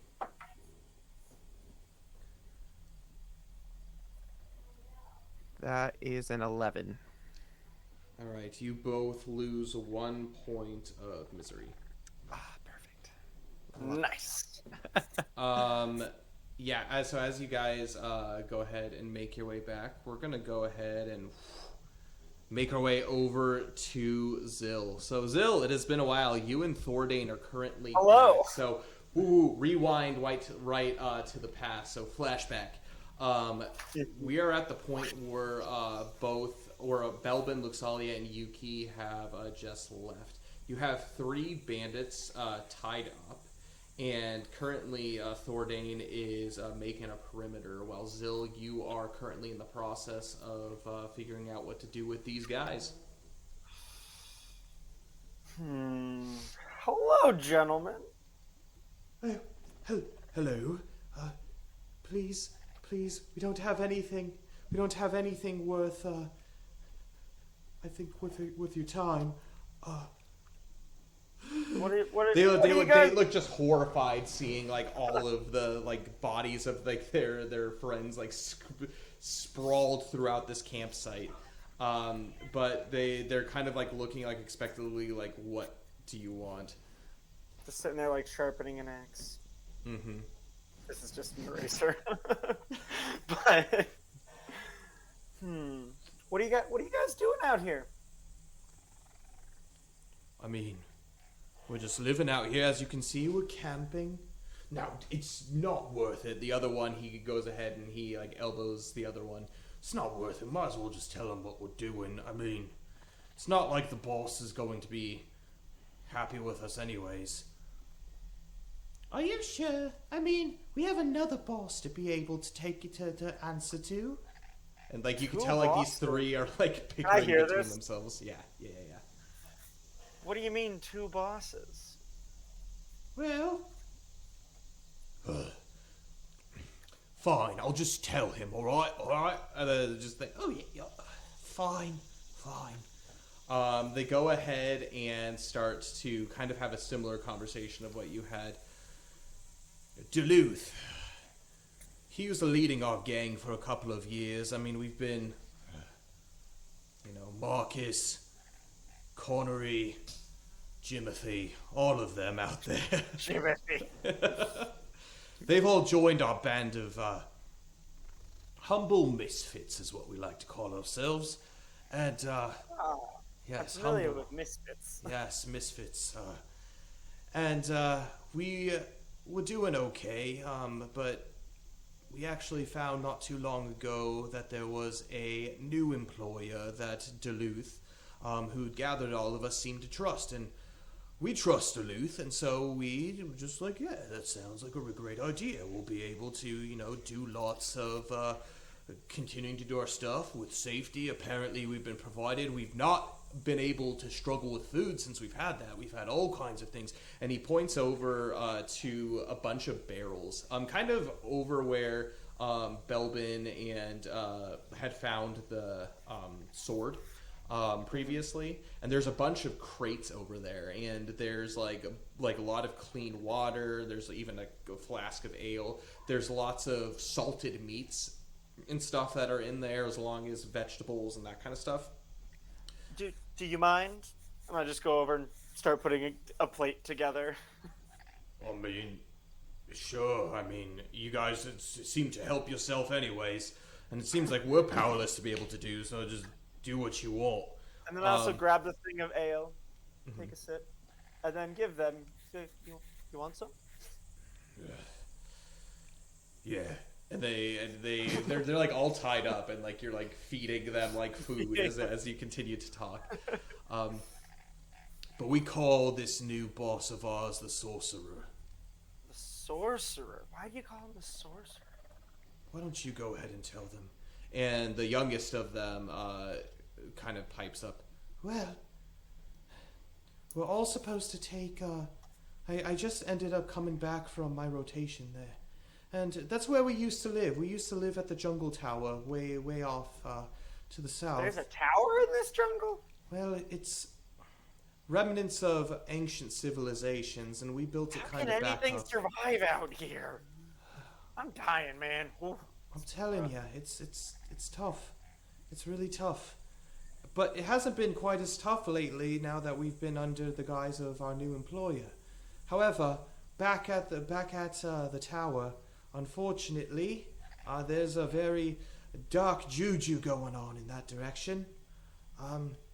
Particularly underneath and above us. Basically, our job there is to protect and to make sure that the prisoners go to the sorcerer in one piece. We make sure they're all cleaned, we make sure they're all good before we take them there. Unfortunately... What prisoners? What is this? One more What time? prisoners? Well, that's one of the caveats of our job. You see, we've been taking prisoners from traveling back and forth between Flomburg and Takai Town. This sorcerer needs these individuals. And more often than not, they come back completely clean, but dead. So you're just giving him victims. Well, Do you know what kills them? Do you know why he wants them? Do you know? to be honest with you, I don't want no part of what kills them, considering there's not even a wound on their body. They just drop dead? Seemingly. And you're helping this guy? Well, I mean, life's been a lot easier since we've been doing so. Because you're getting people killed! Well, and the big one, he begins to chime in. And as you can see, you see where that's led us. And he opens his arms to see all of his friends dead. Yes, I guess, unfortunately, we are unable to justify our work, I guess. Sometimes, you know, karma just catches up with you. Oh, I don't believe in karma and that mumbo jumbo. Well, obviously, you see what's happened. This is just part of being, you know, just brigands, just living our lives, like, on the land. Thieving, doing all kinds of stuff. Even Duluth told us some of us are bound to die doing this line of work, but in numbers there's there's safety. a difference between doing some thieving. I'm no stranger to that. And killing people! Well, you even mentioned how difficult this jungle is to live in. A little bit of ease on that is a little bit nice. And could have left the jungle. with what? Our good looks? There's a lot of boats that come in and out. I don't know, jump on one. Well, here's the thing. Unfortunately, we all came here for one reason or another, mostly on vacation. And to be honest with you, the island life seemed to have fit us, and a lot of us do often before our new employer seems to blend in relatively well into society. However, as we frequented the gambling tables, as we made our way through the town, stealing petty thieves, we were eventually driven off. Most of us, with the exception of the Captain Duluth, were driven off completely. Unable to... and he just kind of puts his hand in his head. Unable to go have contact with civilization. When we first met our new employer, when we first met the sorcerer, we were happy to see other seemingly friendly faces, and especially the promise of safety, the promise of something that we haven't been able to experience. There's things out here, there's giant insects, and I'm not just talking about those things that buzz around all over the place. Like, there are actually giant insects that eat people. I don't like bugs. Out here, yes. Since we've been under the employment, none of those have come anywhere near the camp. Every time we've traveled to and from the tower, nothing. Life's been good. And so what if, you know, we've been able to give them what they want? I mean, some people have died. I mean, that's part of life, clearly. Especially in our line of work, but... Well, you guys seem pretty handy in a fight. What, You wanna... guys? You ever thought of joining the town watch? Next time we go into those towns, we're getting locked up and put in a cell for the rest of our lives. Especially some of them. Some of them are clearly in a cell or maybe in a grave for the rest of their lives, but unfortunately, a lot of us like to choose freedom. I mean, I guess this is freedom. Safety could be freedom, I guess. But obviously it does come at a price. I don't want to waste my days away in a cell. Well, okay. That sounds like there's some sketchy things going on with this sorcerer fella. Indeed. We are kind of friends with the town watch. I think we helped him out a little bit. I think you did. And again, Do you- points to do the you- bodies. Do you want to help us deal with this sorcerer fella? Because I think we're going to go deal with him with or without you. So your employment opportunity is ending soon. So, but he doesn't know about us yet. Well, at least I don't hope he does. I would take him. Oh, he does. Doesn't he? They begin laughing at each other, and they look. It's just like, Of course you did all of this here, but do you think... do you think you could stand up to our employer? Do you think you can stand up to the sorcerer? I mean, yes, you have a big Do you axe. see this cape? Yes, I see that, but you he's know what got this cape magic. He's got Do you know what this magic. cape is? A cape? It's made Do of you know what it feathers. That's cool. Yeah. Do you know whose feathers? No, a bird. It's from the big Big bird. Burbledow, Who? an archdemon. Demon. Sorcery mumbo jumbo. We've handled stuff like this before. We're not new to. All right. Well, thank you for sparing our lives for at least now. If we were to help you, what would you offer in return? Obviously, you've seen the counter offer. And to be quite honest, we're very iffy on whether you could actually take care. I mean, feel free, go do that if you want. However, if you want our help, what can you offer us in return?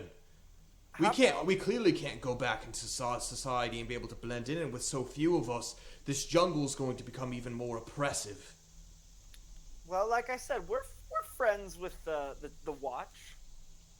Okay. We've seen what you guys can do in a fight. You're pretty handy. We're a little more experienced, but you're pretty handy nonetheless. So are you saying you can completely lift our names from the crimes that we've had back in Takai Town? I can't promise that, but we can definitely put a good word in for you, especially if you help us take down this fella sorcerer hooligan over here.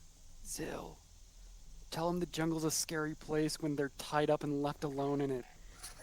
You're not here. That was know. Thordane. That was Thordane. yeah, Thordane has like come like right to the side of like Thordane's of like the guy's ear, and he just goes, "The jungle's a scary place to be tied up all alone."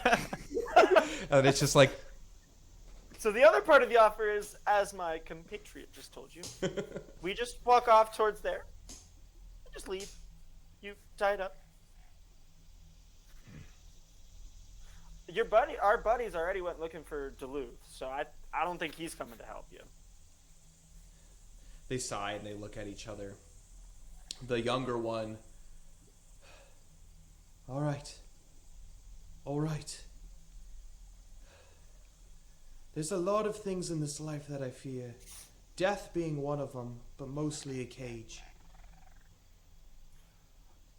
Okay, here's another counter. I don't know how many counters we're at. Offer. We're here.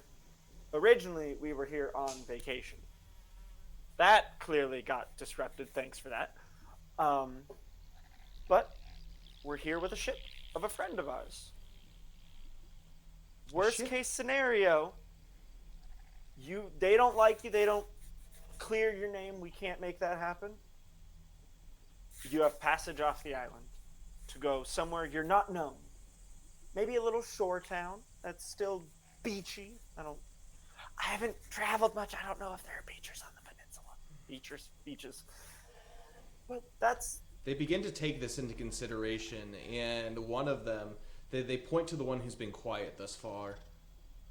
Now him over there, he's a sailor.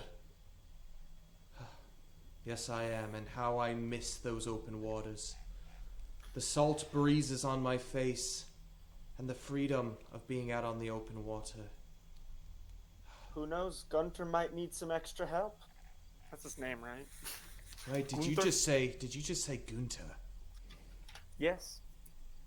You Are mean you familiar? the hero of the seas, the heroes of the southern seas of Everlast?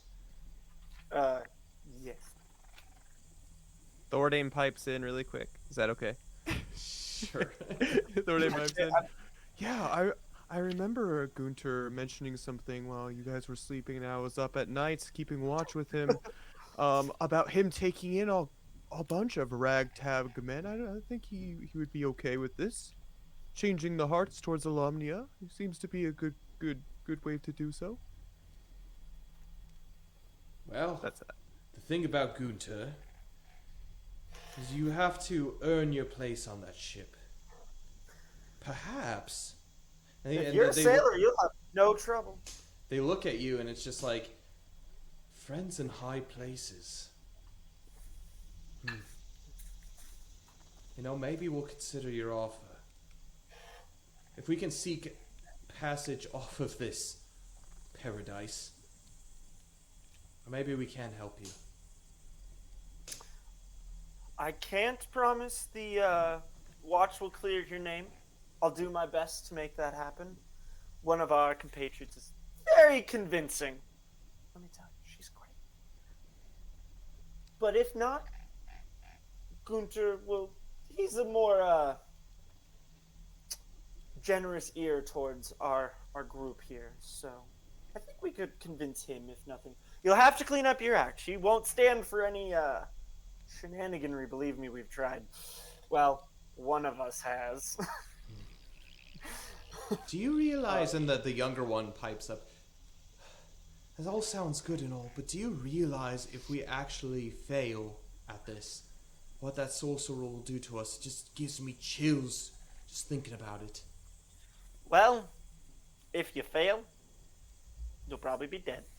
And so will we. Kind of just like a hard gulp. If you don't fail, and if you don't accept this offer, we're not going to kill you. But we're not going to untie you either, because we don't need you running off to go warn the sorcerer about us. So, take that with what consideration you will. Okay. So I guess, how can we be of service to Eclaas Eeas? Well, does the sorcerer know we've taken over your camp yet? We haven't had anybody here or back here yet. I mean, the rotation isn't for another couple of days. And you know how to get to this tower? And you say bugs haven't been bothering you? Correct. Get us to the tower. Get us inside. Get us close. I'm sure we can work up some plan or scheme. I'm not a smart man, so I can't plan well, but other of these people can. You could take us under the pretense of you've captured us or you've bested us or Well, you just Do you think or we that sneak in. Do you think that you and your friend here, and they point over to Thordane, they gesture, can take him alone, or should we wait for your party? Oh, we need the rest of them. We also could probably take a good nap. You guys, that crossbow hurt. Needless to say, time is of the essence if this is going to work. As soon as the guard rotation does come back, they will see what has been done here, and the sorcerer will know. You said you have a few days. Correct. So how many days is a few days? 3 days, exactly. 3 days. Okay. And how far of a journey is it?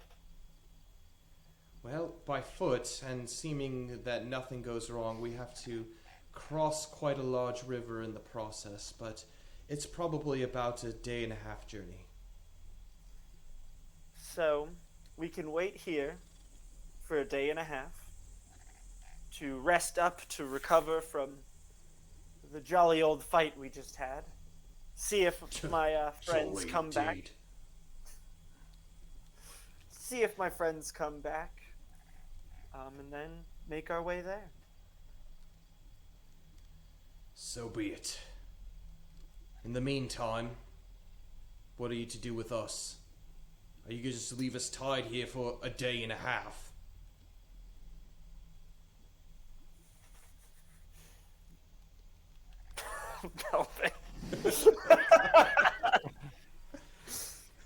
I'm not there. I know. Can't say anything. That was really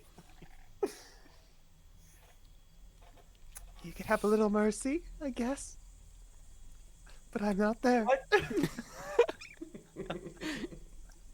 It's like the demon in the angel on the shelter.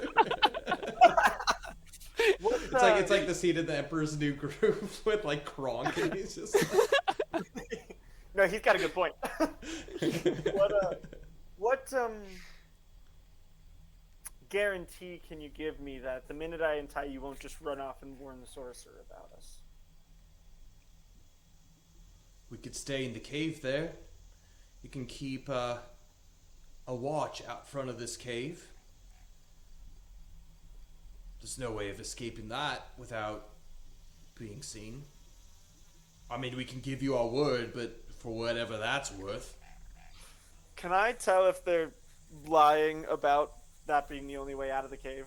make a wisdom skill check for me. With struggle. With Oh. struggle. 11. 11. They seem relatively honest. Thordain pipes in. He's like, well, I only need to meditate for 2 hours a night. I can definitely keep an eye on him No, while you're that's not sleeping. true. He needs to sleep. Okay, never mind about That's that. a D&D elf thing. Oh, okay, I'm not a D&D elf anymore. Disregard that. Well, there's one way to go find out, and he gestures into the cave. You want to go see for yourself? I go up and peruse around the cave. So Thordain is going to go ahead and keep watch with them as you go ahead, Zill, and enter into this cave. It's a relatively narrow tunnel, about 10 feet wide. As you wind your way through, you can tell there's even more goods, all kinds of vegetables, some fruits and stuff. Everything seems fresh, like oddly fresh, to the point where it's just like everything's like plump and ripe, and it's giant barrels of these things all the way down, and you have no idea for how long they've been there, but oddly fresh. There's nothing rotting or going bad in here. You Grab an apple. you eat it. It tastes good. Tastes like an apple. Yeah, you continue forward. You see that there is some rubbish thrown about, like wood pieces, as you continue down into a broader cavern, lit by torches. There is currently nobody here, but you can tell that it has recently been used. There are currently candles that are lit, not only just torches, but there's 2 tables, and there are candles that are lit, and they're burning wildly.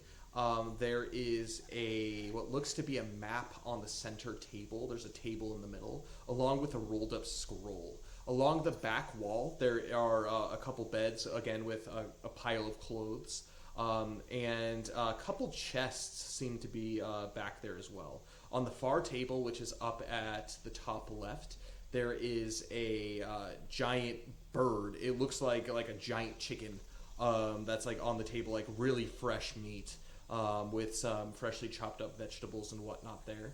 And there's a few weapons that are sitting in the weapons racks. They look to be relatively used. There's a couple sparring weapons in there, nothing that's going to cause much damage. But they're there. There's some backpacks, there's some leather pouches, that kind of stuff. There actually is a wooden bed that is built up. It's not just like a bed roll that's on the ground. There's actually a bed. This one seems to be less used. And there is a fancy looking leather box at the front of the bed with a couple clothes strewn along the top. And at the very top left of this cavern, there is what looks to be a broken statue that is like leaning up against the wall, and there is a long like piton that's coming out the bottom of it. I go over and look at the, like, just kind of start poking around the statue, see if there's anything suspicious about it. Make a focus skill check for me. Okay. 11. 11. Yeah, you poke around and you see that this thing is made completely of marble. So it is a bluish marble, very rare looking and actually rather large. It probably is about like half of your height, Zill. And with the spike, probably about 2/3 of your height. The spike is made of marble as well. And it actually seems to be image of some kind of angelic figure. I'm gonna have you make a for me a piety skill check for me. Actually, no, knowledge skill check, not piety, knowledge. Oh, I would have preferred piety. 5. 5. You have no idea what this is. It looks really pretty though. Ooh, pretty. Cool. But there's nothing like Immediately pulling on it or... No, it seems relatively old, but in pristine condition. It looks like there's not even like a chip in it at all. Like this thing is very well constructed, very well built. Cool. I'm gonna walk over, grab the map and the scroll, and kind of just stuff them in my pocket. It's like, we're gonna look at those later. All right. And then walk back out to the band or whatever these guys are. All right. Yeah, Awesome. you can tell Thordane is kind of interrogating them a little bit, like walking back and forth with his hands behind his back, just like, so this is what's going to happen while you're here at this camp. Just like all that kind of stuff. Yeah. What did you want to say? Just general lore question. Mm-hmm. Upon like being chosen as a champion by a Serac, would you know that happened or? So there's various things that you could do to get to that point. There's a legend that has it. Like there isn't an actual thing that I think exists that you can like actually tell outside of like prayer and that kind of stuff. Like that's one thing like during your prayer time that you can do. And there's legend has it that's what heroes are made of. All you guys know is that unless you've actually had direct contact with your Serac, which none of you have, you would have no way of knowing outside of the fact that you guys have supernatural strength. Okay, cool. That changes what I was gonna say. Okay. So I go back out to him. It's like, okay, that's a nice cave you got there. Yeah, Duluth. That's actually where he statue from. Oh, that old thing? I don't know. Duluth keeps it relatively close at all times. Do you know what it is? A statue? Or who it is? They look at each other. I'm gonna have you make a focus skill or a wisdom skill check for me, Zil. 9. They seem relatively nervous looking at each other, but you can't tell if it's like they're trying to keep something for you or if they're just confused. Okay. We'll circle back to that. Just another thing. Oi. You guys have a rough upbringing? You mean us in general or just like individually? Individually. Perhaps. Most of us seem to have come from some kind of brokenness, I would say. Okay. 'Cause I mean, let's be honest, what kind of successful person would choose this life? Exactly. I figured as much. Because I never knew my parents. I grew up on the streets in Helix. I could have ended up just like you. I could have been in your group. But for some reason, I was given a chance by a nice man, a blacksmith. And then a monster attacked my city. I was not expecting that, but it happened. I jumped in and I was taken in by the lovely adventures that I'm now traveling with. Long story short, I was given a chance to do something good. I could have become like you. I was almost ready to. I've stolen. I've made stupid decisions. I've been a vagabond before. So I want to help you. I've been there. I'm slightly willing to trust. Not completely yet, but I'll cut your ties, your bonds, your ropes. Let you guys sleep in the cave. And then keep a watch, because I don't completely trust you yet. Don't try anything fishy. You know we can take you. We can just tie you back up. If you're willing to help us with this sorcerer. And then we can figure out what we owe you after the fact. There's a couple options. We can try them all. But how does that sound? Make a piety fates check. How does that sound? Is that not at struggle? That is not at struggle. That's correct. Huzzah! Ooh. 15. 15.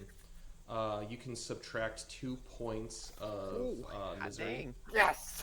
And they seem to have warmed up to you slightly.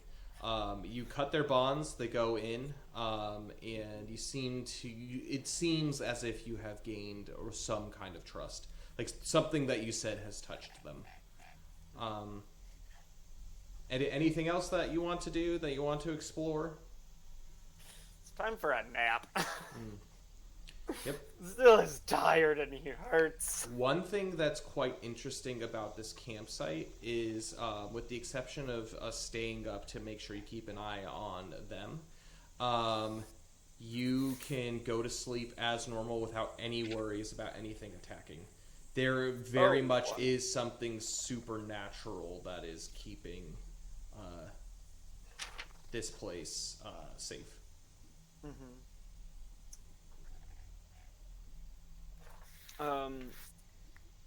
Also, just before we take our naps, out of an abundance of caution, I take some of the rope and basically make like a tripwire at the front of the cave with like jingly stuff on it. Just, Okay. Not to hurt them, but if they try to sneak out, it'll just be really loud. Make a dexterity skill check for me with struggle. As you put this thing together. 14. 14. You do. Yeah, you actually kind of know exactly what you're doing. It's like, this is a trap you've set up before or something. Yeah. Anyways. So, yeah, exactly. Yeah, you go ahead. You get your full 6 hours of sleep. Thordane does as well. And back to Yuki and Belbin while that's happening. So it is currently... So after that... Yes. Full stamina and roll our hit dice? Yes, that is true. Okay. Yep. So just that maximum value, whatever you get. Plus, like, your 1d4 or something. Yeah. I rolled okay. 5, 11, 20... Yeah. Thordane didn't roll great. But, so back at the cave. So currently, we fast forward into the point where you guys are about equal time now. So, like, they're just waking up from their sleep, and you guys are coming out of this cave. Okay. You guys have already done your burial of the bodies. I'm assuming you burned them, cremated them. And now you're with Duluth. If you guys want to make your way back to the camp, I'm not going to force you to make any rolls. You guys know the path, especially because Duluth is there, and he can serve kind of as a guide. You do have to help him because of his brokenness. I also will actually undo the rope from him, since he is kind of like, he's not going anywhere and he doesn't have any weapons or anything. And I'm actually gonna let him walk on his own volition, just so he's not restrained, so he's not slowing us down, kind of thing. Belvin, what are you thinking in this situation? I'm seeing. Let me look at my inventory really quick and see if I've got anything to. Belvin, he's not gonna go anywhere. Look at the state of him. Maybe you're right. Maybe you're wrong, Yuki. I don't want to be wrong though. Have you seen Quasimodo strength? I turned to Duluth. I'm around like, on those ropes in Notre Dame, no problem. I turned to Duluth and say, I can either keep this on you or keep it off of you. But if you take away our trust, I promise you're not gonna be happy about it. And we'll stick this guy on you. Hey, cut the rope off in a way that we could still retie him. Like, don't cut it in half. Like, yeah. No, I mean, I undo the rope. Undo the Okay. rope, not cut it. Okay. But like undo. So it. Yeah, guy- fine. We'll make him walk ahead of us. So Maybe make him make a little necklace like Gollum did in Lord of the Rings, you know, with Keep him on a leash. yeah. don't know. You can go ahead. You can add to your inventory 10 feet of rope. All right. Yeah. Fate Weaver, we're gonna make him walk in front of us just to keep an eye on him. Unfortunately, he cannot move without anybody's help. All right, I'll assist him. His back is almost broken. Like it's. Why don't you make Yuki assist him? Because she's not here right now. Actually, you know what? Luxalia. Yeah, Luxalia can Oh, yeah. assist him. That's a great Yeah, idea. I guess I could do that. Especially since she has a crook herself and good not for something. swords on her person. She kind of lifts him. Like she's really short compared to him, and so he's kind of like leaning, and she's like, oh, and like kind of like trying to like keep him up. You guys walk relatively at a decent pace, especially Are we able because to retrace our steps at all? you guys don't have to I'm make gonna- any rolls or do anything. So I'm gonna, while Luxalia and Duluth are ahead, I'm gonna whisper over to Yuki and say, "Do you think he's gonna be pissed when he sees that we've killed all of his dudes? Like he doesn't know that yet." Well, I mean, we will get there when we get there. What's he gonna do, Belvin? I whisper back to. What's he gonna do? Look at the state. All of right, it. yeah. I Personally, guess why? maybe we just shouldn't prepare for it. I guess. Okay, we'll just take it as it comes. Let's Well, do I this mean, then. what are you thinking, Belvin? As we're walking, we're like a good 10 feet behind, whispering to each other. It's all good. I mean, I don't know, but I thought maybe we could have a plan of like breaking it to him so he's not shocked by the. Maybe we tie him up before we get into camp again, or something like that. Maybe we should like. I was actually debating about telling him, but then he's just like, I just don't. He told us that he didn't want the worst thing that could happen is his crew would be dead. I just really felt like this wasn't the moment to do it. Maybe Tell we'll him we've talk got to him. news We'll for butter him. him up a little bit. Maybe I'll let you break the news to him. Okay. Sounds good, Belvin. You have a way with words. I have a feeling your charm is Alright, higher than okay. mine. But okay. Well, we continue to walk ahead, I guess, and we catch up with him, and I start to ask him about himself. So, Duluth, before you became this way, I know you said you were on the seven seas as a pirate or of some sorts. What makes you, Duluth? How did you grow up? Tell us your life story. We got a long way to go. He begins to tell you his life story. He was a pirate. He was a swashbuckler from his early adulthood. He was on actually one of the smaller islands in the archipelago. And one day there just so happened to be a ship that rolled up to sea. One thing that he was really struggling with was the lack of visitors to this island. And so his family were traders. And whenever a ship would come, they would do everything that they could to trade. One night, he ended up sneaking onto one of these ships, and he was eventually caught. They had already visited a couple islands, and Duluth refused to tell them where he was from, and so they just took him under his wing, became a cabin boy, did all of his things, worked his way up to a swashbuckler. One day, there was a severe storm that marooned him on Aishan Island. And it was the northern shore, so it was like in the absolute wilderness. And he wasn't sure what to do. He wasn't a craftsman. He couldn't do anything as far as building a boat. So he started making his way through the jungle and he started living off the land that way. Eventually, he did make his way to Aishan Island, or to Takai Town, to where he started actually working in one of the local taverns. The taverns were great. It was fine, but there were all kinds of guests, all kinds of visitors from all over the place that would come and begin to cause a ruckus, be very ungrateful for his services and all that kind of stuff, and to the point where he felt unappreciated. And then he remembers the life back in the jungle, and so he went back into the jungle eventually and started just living his life of freedom, a life that he thought was good. Unfortunately, that wasn't quite enough, especially as his group began to grow. They needed to do a little bit more in regards of laying prey to some of the people in the town, which they always brushed off as, oh, they're on vacation, these people are here, and they have excess money to be taken, and that kind of stuff anyway. And so, and then he goes ahead and he describes like how, basically up at what he told you about how this the sorcerer came, this employer. He hasn't mentioned that it's a sorcerer to you guys yet. But how his employer came offering him further safety, and he looked at the rest of his crew. He felt like he could live in the jungle like relatively well by himself, but his crew kind of became his family. And he traded that for the safety of, basically traded some of like their freedoms and the things that they had to do for the safety, which is what felt like made them truly free.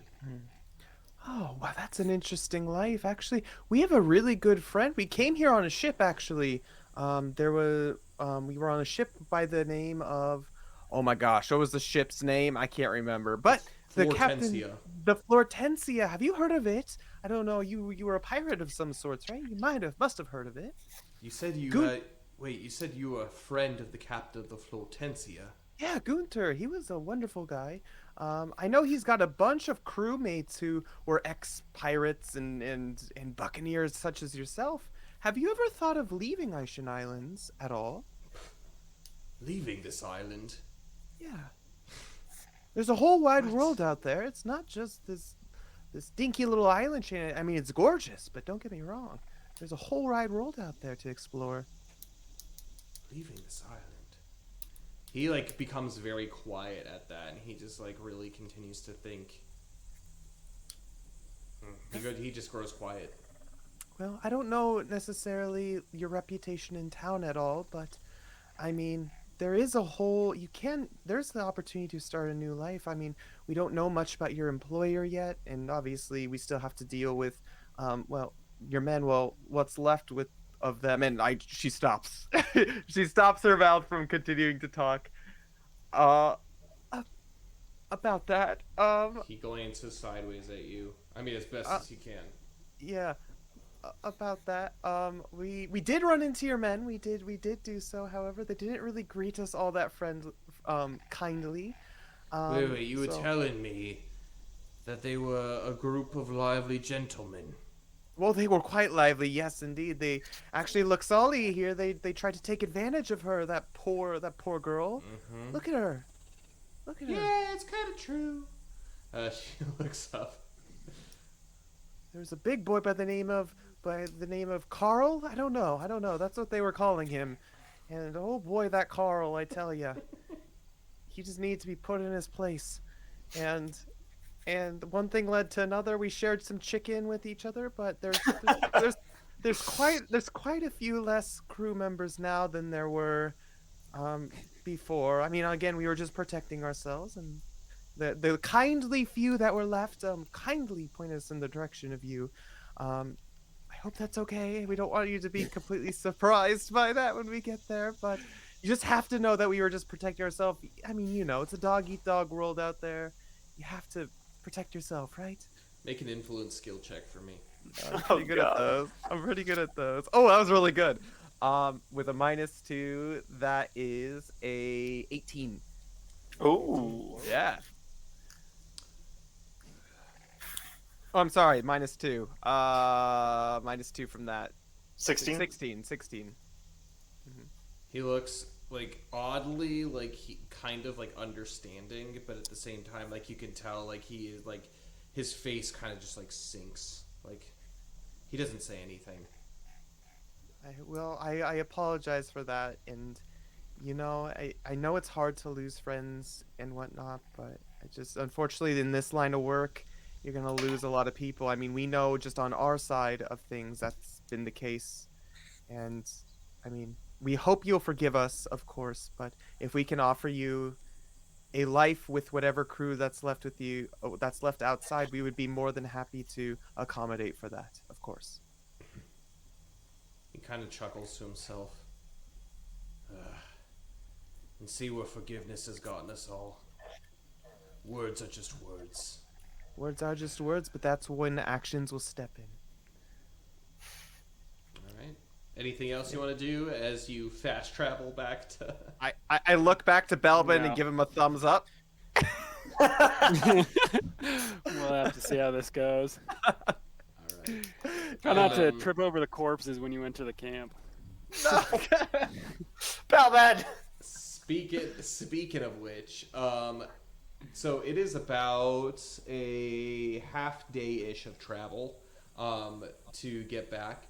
Zill, what are you guys doing in the morning?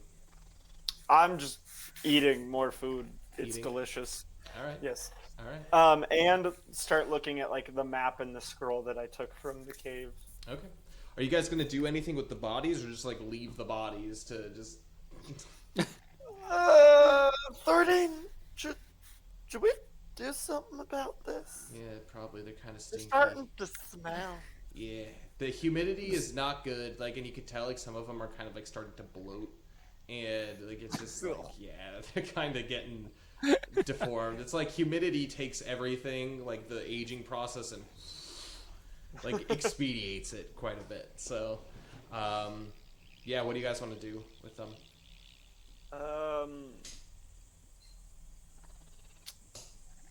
Do you know how to dispose of body? Thordane isn't quite sure, but he's like, I need to get some sleep. If you want to deal with this, great. Because he kept watch the entire night, so. Oh my goodness! Why did he do that? So you can sleep. That's what happens when your character is here. So you get your chance to sleep.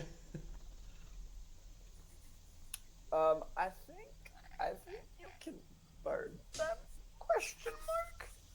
So just gonna start dragging them towards the fire.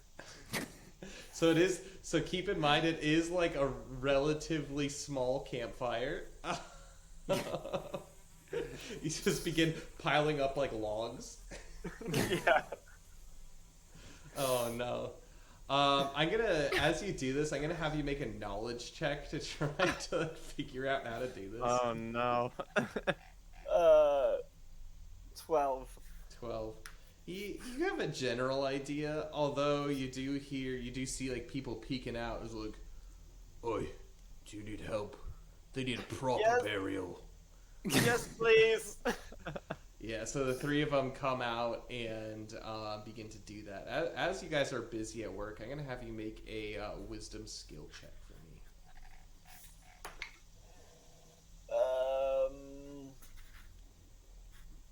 10. 10. Yeah, you guys are piling the bodies, and so you have the three guys helping you. The one that was like relatively quiet. You can tell he's been slowly working his way towards like the perimeters of the campsite, kind of a little bit beyond where bodies were to begin with, but he does come back eventually. Rapscallion. Okay. Just something to note. Just keep an eye on him Okay. a little more closely. Like, not obviously, just like... Okay. Time passes. Thordain eventually wakes up, and Yuki, Belbin, Luxalia, and Duluth enter the camp. It is Luxalia and currently Arrow very fight for dark eyes. and smoky as like these bodies are getting burned. It is quite a sight, and quite a smell. To Duluth's horror as he sees his the groups of like the closest people being burned. And that's where we're gonna go ahead and end our session tonight. Oh, who's cooking dinner? Oh. Oh no. Oh no. So Nice, for nice. our next session of Everlast is going to be next Saturday. And so for all of those who are watching, feel free to tune back in. There is bound to be quite a bit that's going to be going on, I am sure. Hopefully not just role-playing, but hopefully some more combat encounters, depending on how the party takes this. We also need to get rid of weariness. Oh my goodness. Yeah, oh That's yeah. true. At least Luxalia and I do. So we need 4 more hours of sleep to get rid of 1 point. Correct, and you have to do that within a 24-hour period. So... Okay. Well, we have one more day until the dudes come and Take a collective nap. well, yeah, no, it was yeah, so next week again for everyone, we're going to be kicking off session 5. We will be getting this part up onto YouTube within the week, so if you happen to miss it or you want to check back before the next next Saturday, that will be up on YouTube for your viewing pleasure. Any other announcements, Kyle, about anything? Thank you guys for being here. It's truly been a pleasure, and it's a lot of fun to be able to kind of like write this and be able to give you more stuff. For example, like these maps and all that kind of stuff. I use Incarnate actually to make them, which are really nice. Hopefully we can have more visuals for you. Thank you for the players. I know it's been a few weeks since we've played. Just like figuring things out, staying up to date with games and stuff, watching the YouTube videos and making sure. I know you guys put in a lot of work on your end to try to stay up to date with everything. And yeah, just thanks again for the Fantasy Forge audience. You guys are amazing. And the best thing that you can do to be able to help us is to share these videos, especially when they do go up on YouTube, to share those. Invite friends to come and join us. Another thing that you can do too is actually physically join us. As you saw, actually there's some pretty good rolls today, but the struggles was real for some of these rolls. And one thing that you can do is if you subscribe at the $5 level or the $10 level to the Everlast Patreon, you can actually intercede on behalf of fates to be able to give them hope. Hope is basically a reroll, a free reroll on whatever they have. And to do that, if for those who are patrons, you can use that for either of the 2 sessions within the month. And basically you just tell, like in the chat, you say whoever the person you want to give hope, and just say, like, for example, Yuki Hope. With an exclamation point afterwards, and then I'll make sure to mark you down that you've expended your hope to be able to help these players survive. Fortunately, the encounter that the party had was quite nice, but again, there is going to be a long trudge, a long road ahead of the party to be able to make it through not only this wilderness, but to be able to figure out who this sorcerer is, who the sorcerer in the jungle tower. So stay tuned for next week. It should be a really action-packed adventure, so it should be good. Perfect. And just a couple other announcements before we head off for tonight.